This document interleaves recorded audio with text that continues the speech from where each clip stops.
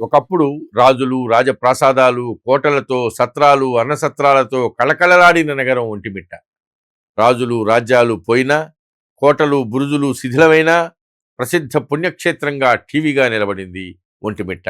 రామయ్య నడయాడినటువంటి స్థలం, జాంబవంతుడు ప్రతిష్ఠించినటువంటి శ్రీరాముడు, హనుమంతుడు లేని రామాలయం, ఆంధ్ర అయోధ్యగా ఏకశిలా నగరంగా ప్రసిద్ధి చెందినటువంటి క్షేత్రం. సీతారామ లక్ష్మణులు ఒకే శిల మీద దర్శనమిచ్చేటువంటి దృశ్యం. ఎన్నో చారిత్రక, మరెన్నో పౌరాణిక ఘట్టాలకు వేదిక, ప్రకృతి సోయగానికి నిలయం.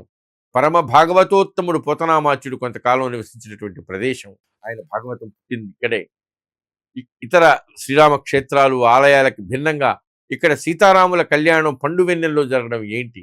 ఇక్కడ రాముడి వెంట హనుమ లేకపోవడం ఏంటి? ఈ క్షేత్రానికి ఒంటిమిట్ట అనే పేరు రావడం ఏంటి? ఆంధ్ర అయోధ్యగా అపర భద్రాద్రిగా గుర్తింపు పొందినటువంటి వైఎస్ఆర్ కడప జిల్లా ఒంటిమిట్ట కోదండరామాలయం స్థల పురాణం ఏంటి? దాని చరిత్ర ఏంటి? ఆ ఆలయాన్ని ఎవరు నిర్మించారు? ఎవరు అభివృద్ధి చేశారు? ఆ రామునిపైన రచనలు చేసిన తరించినటువంటి కవులు ఎవరు? ఆ కోదండరాముని సేవా భాగ్యాన్ని పొందినటువంటి మహనీయులు ఎవరు? వారి వృత్తాంతాలు ఏంటి? ఆ ఆలయ నిర్మాణంలోని ప్రత్యేకతలు ఏంటి? శిల్పకళా చాతుర్యం ఎంతటిది?